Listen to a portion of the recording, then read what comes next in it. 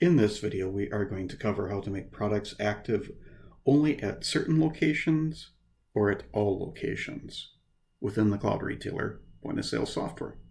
So we are logged into the back office manager part of Cloud Retailer.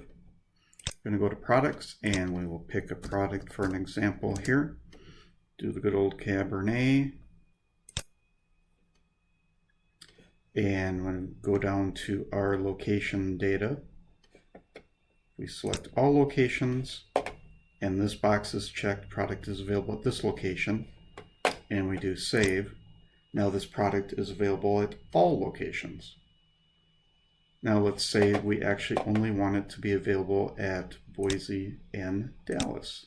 So we uncheck Wichita and Minneapolis. We'll leave Boise and Dallas checked.